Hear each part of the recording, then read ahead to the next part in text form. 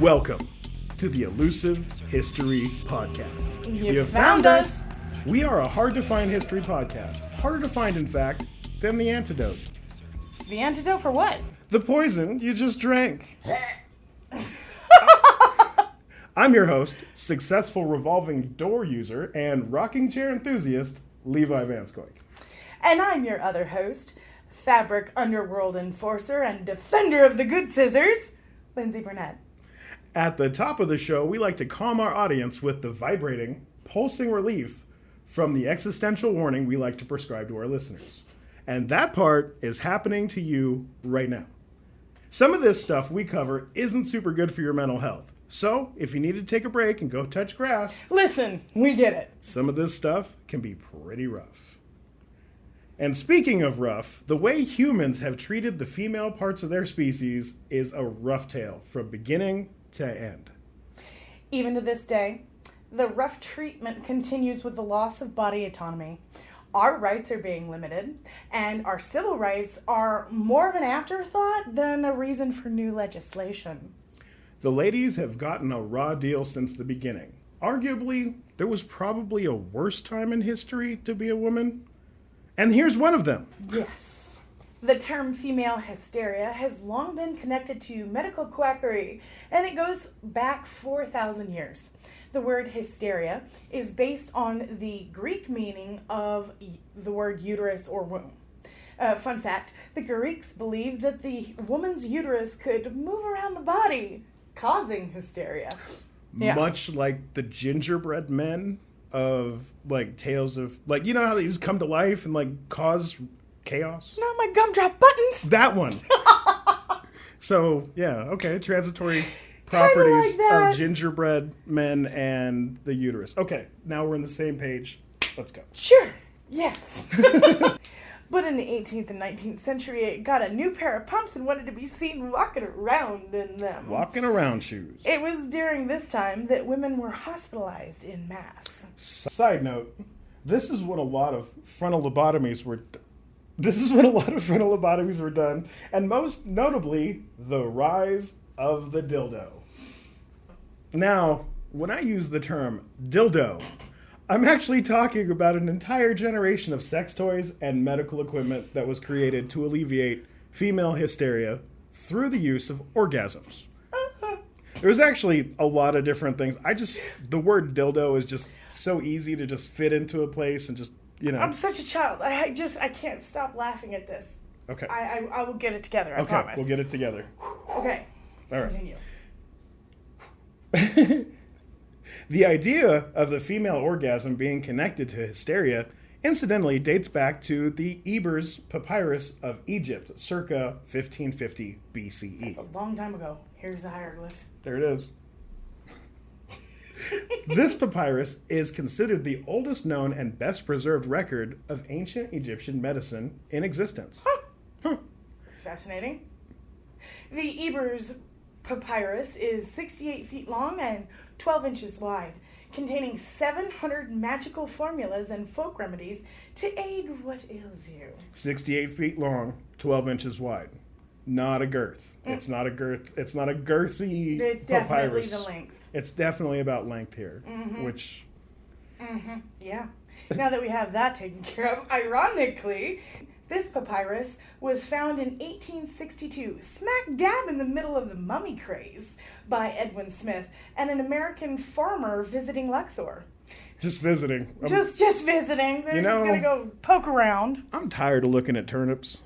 I want to go out to the sand dunes. I want to see the first pyramid scheme.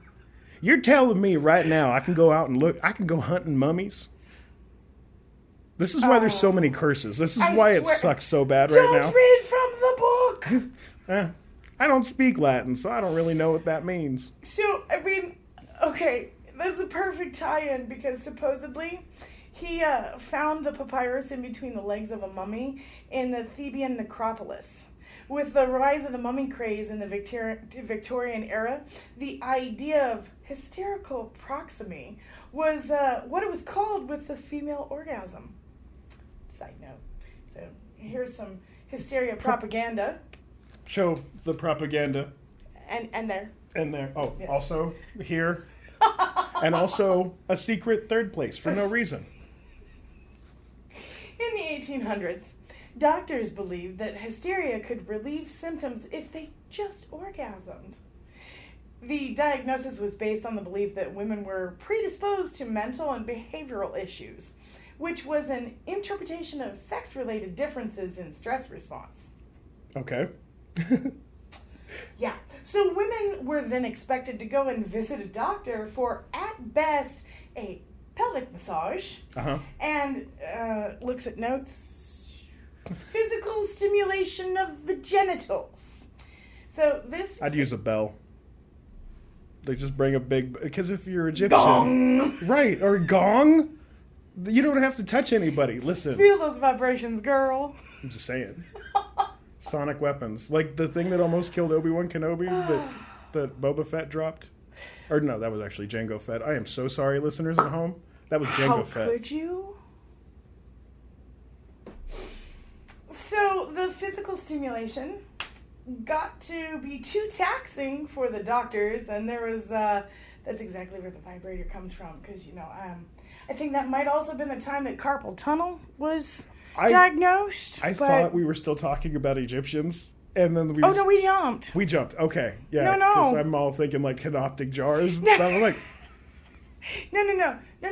So it's been around for a whole long time that women are just hysterical, and sex will cure it. well, that's always been according to men. Like, have you tried? Listen. Hold still, girl. Have you tried? Maybe.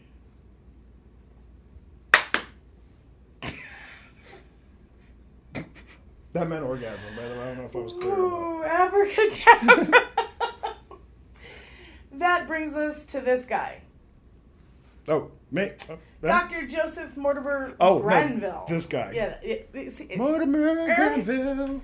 This English physician is credited with creating the world's first electromagnetical vibrator in the early 1880s. The first Iron Man.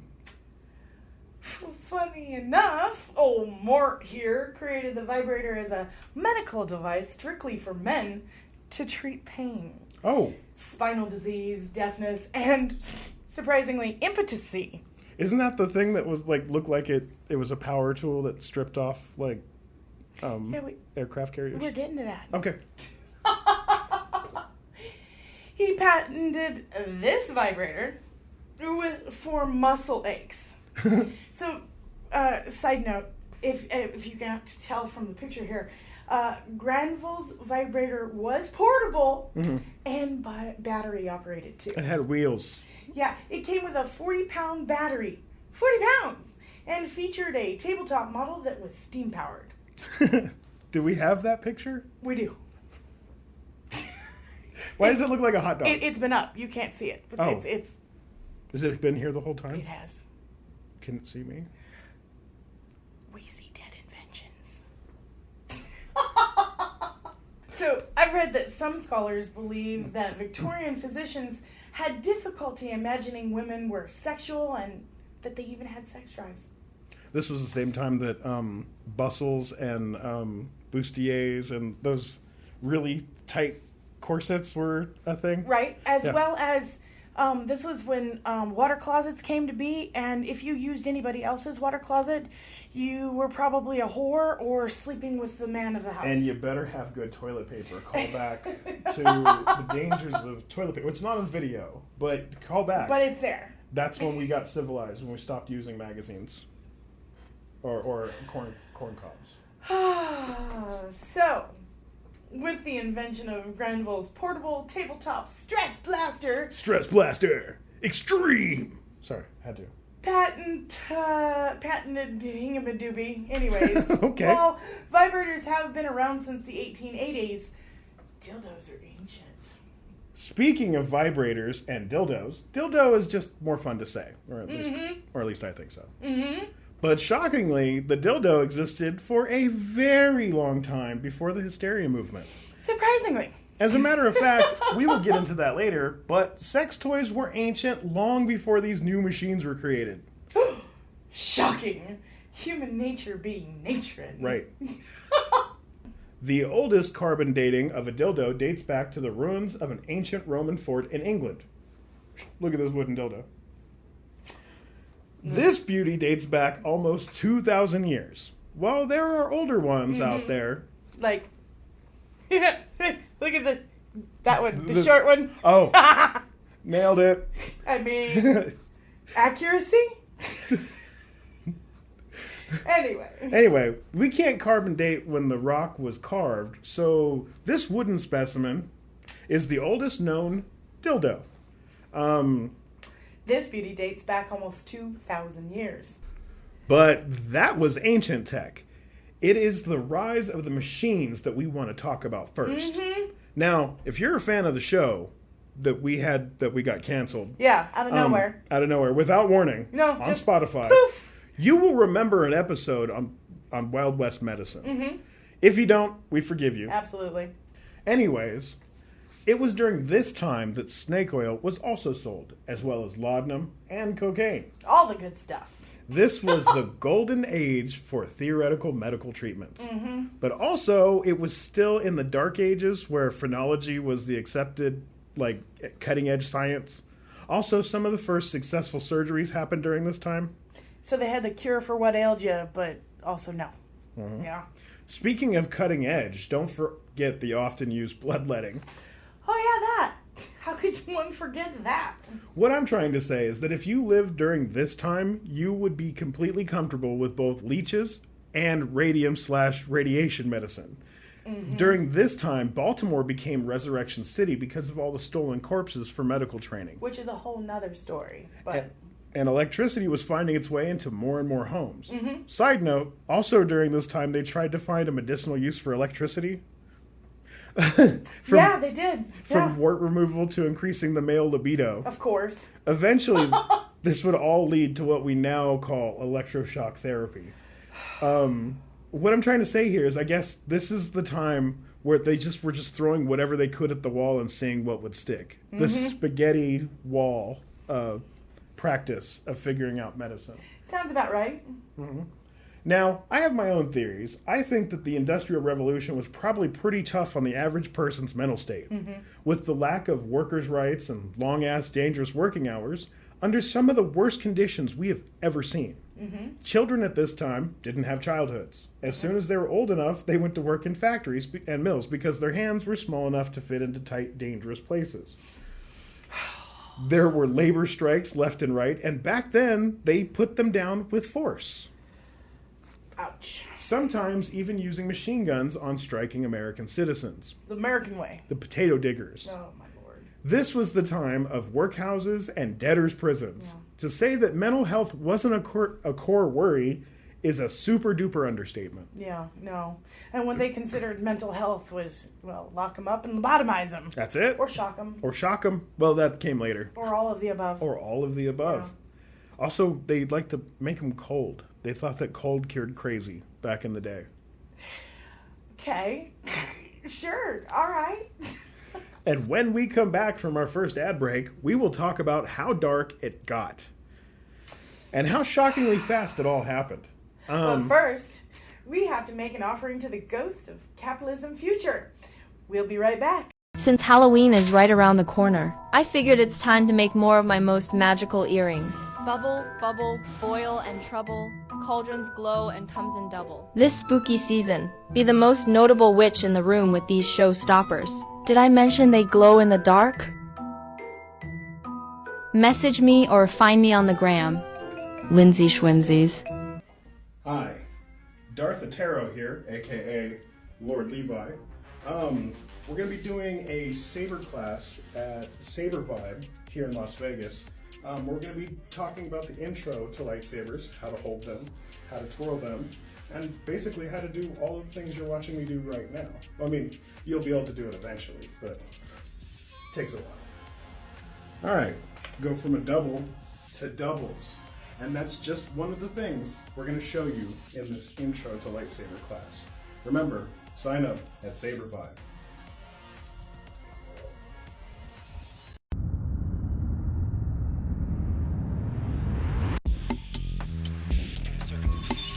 Welcome back from those ads. Welcome back. The idea of female sexual hysteria goes back at least 4,000 years. Yeah, like I said earlier. Back to the Greeks, who thought that a woman not having sex would lead to the putrefaction of bile and would block the good humors from being able to circulate. Not the good humors. Yeah, that's why they made ice cream bars later. Oh, it's all making All sense. tied together. We're making fours. Twos, we put them together. And we got fours. We also have a leaf blower. That's luxury.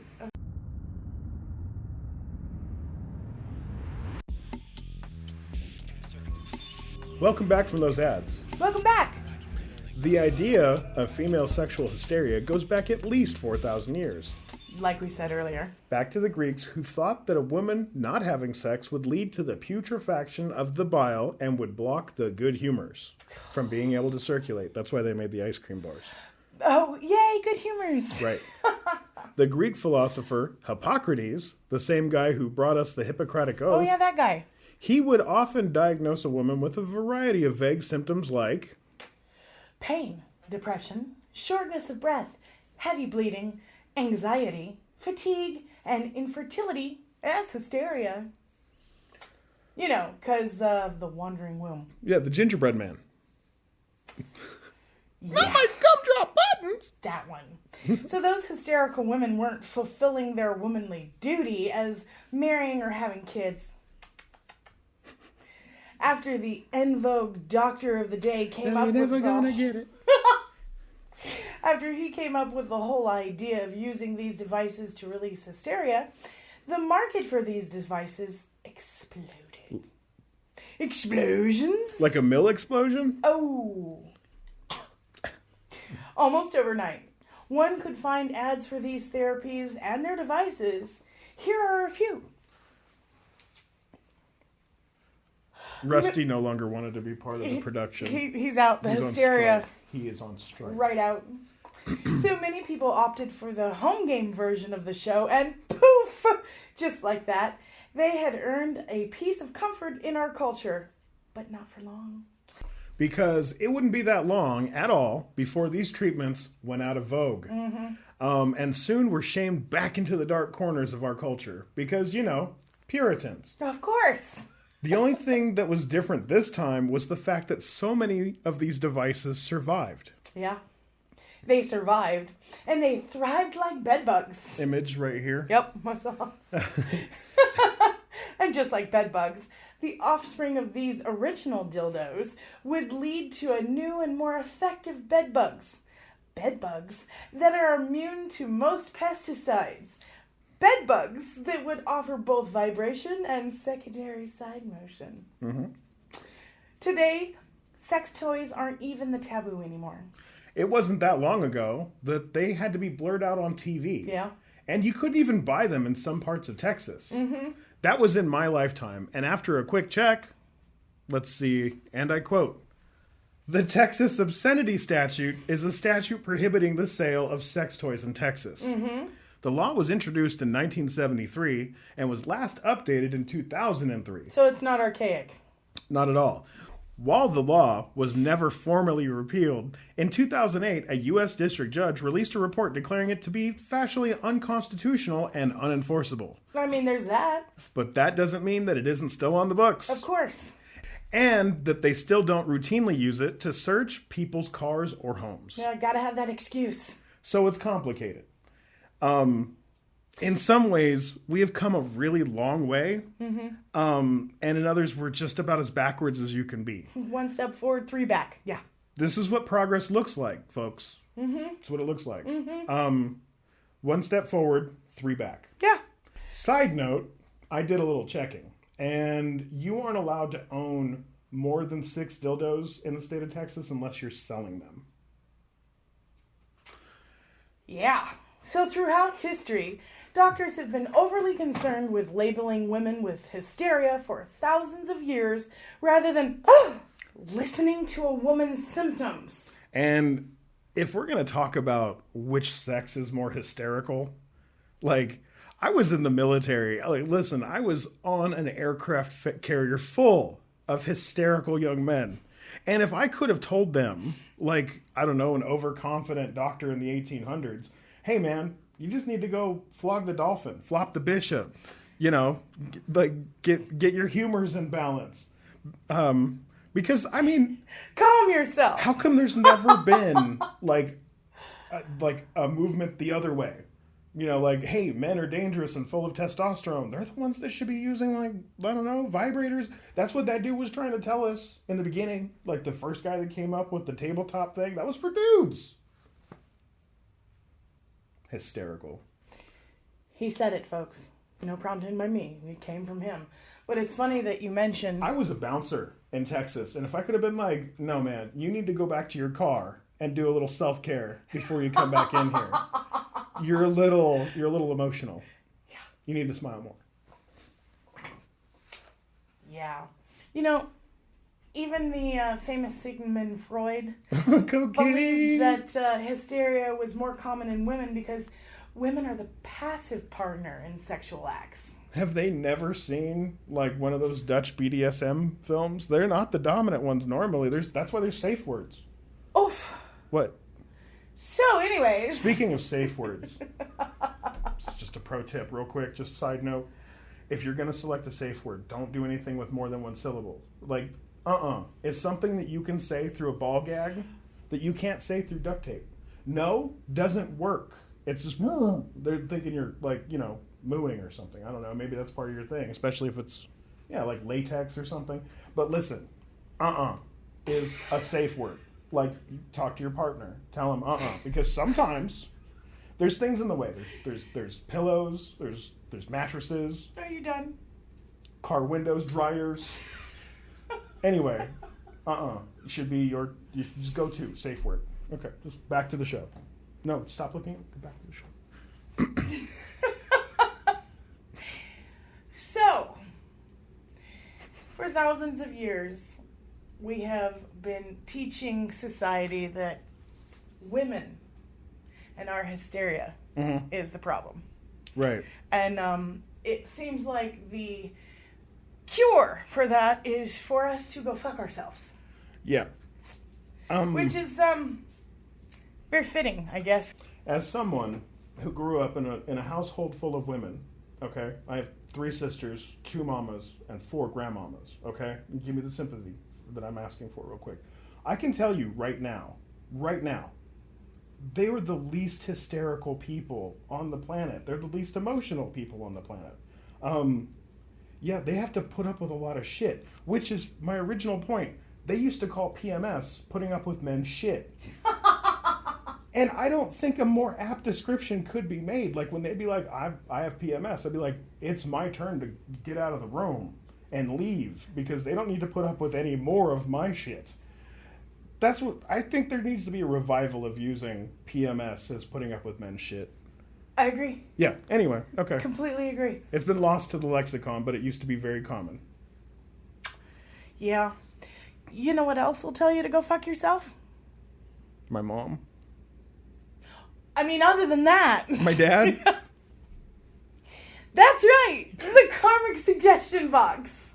If you are a fan of the show, then this should not surprise you. But if you're new here, welcome. You just accidentally wandered into the karmic suggestion box. This is the part of the show where we like to ask Karma to fill in the gaps of justice in fun and hopefully whimsical ways. Hopefully. Then we like to flip around real quick and do a crazy Ivan into good karma.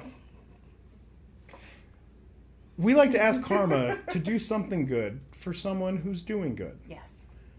This week, for my suggestion, I'm going to ask that anyone who was involved or continues to be involved in the use of Texas's dildo law, Karma, I would ask that any time they leave the house, they should be hit by no less than 6 dildos from the sky. Oh, interesting number. But, well, then it's illegal. Then they have to charge themselves because they possess them if they've touched them. So it has to hit them.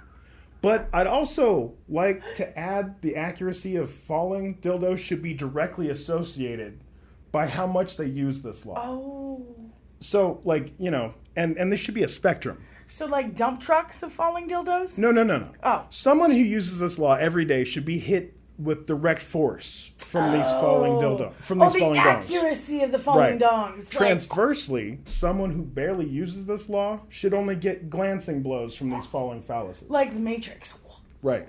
Here is a possible render of what that might look like. Again, I would like to thank our award-winning art team here. Yes. Now, as you can see, I had to give him a purple gun belt because I ran out of colors. It was on my phone. But as you can see, he's definitely a police officer. I don't know if my fingers corresponding because you can see the hat. Now, you see these dicks that are falling from the sky? It's lower. It's lower. I don't want to find it with my hand accidentally. This should fall from the sky directly. Okay, so, and then the glancing blows. You can tell this guy uses it a lot because they're directly forced down. You see?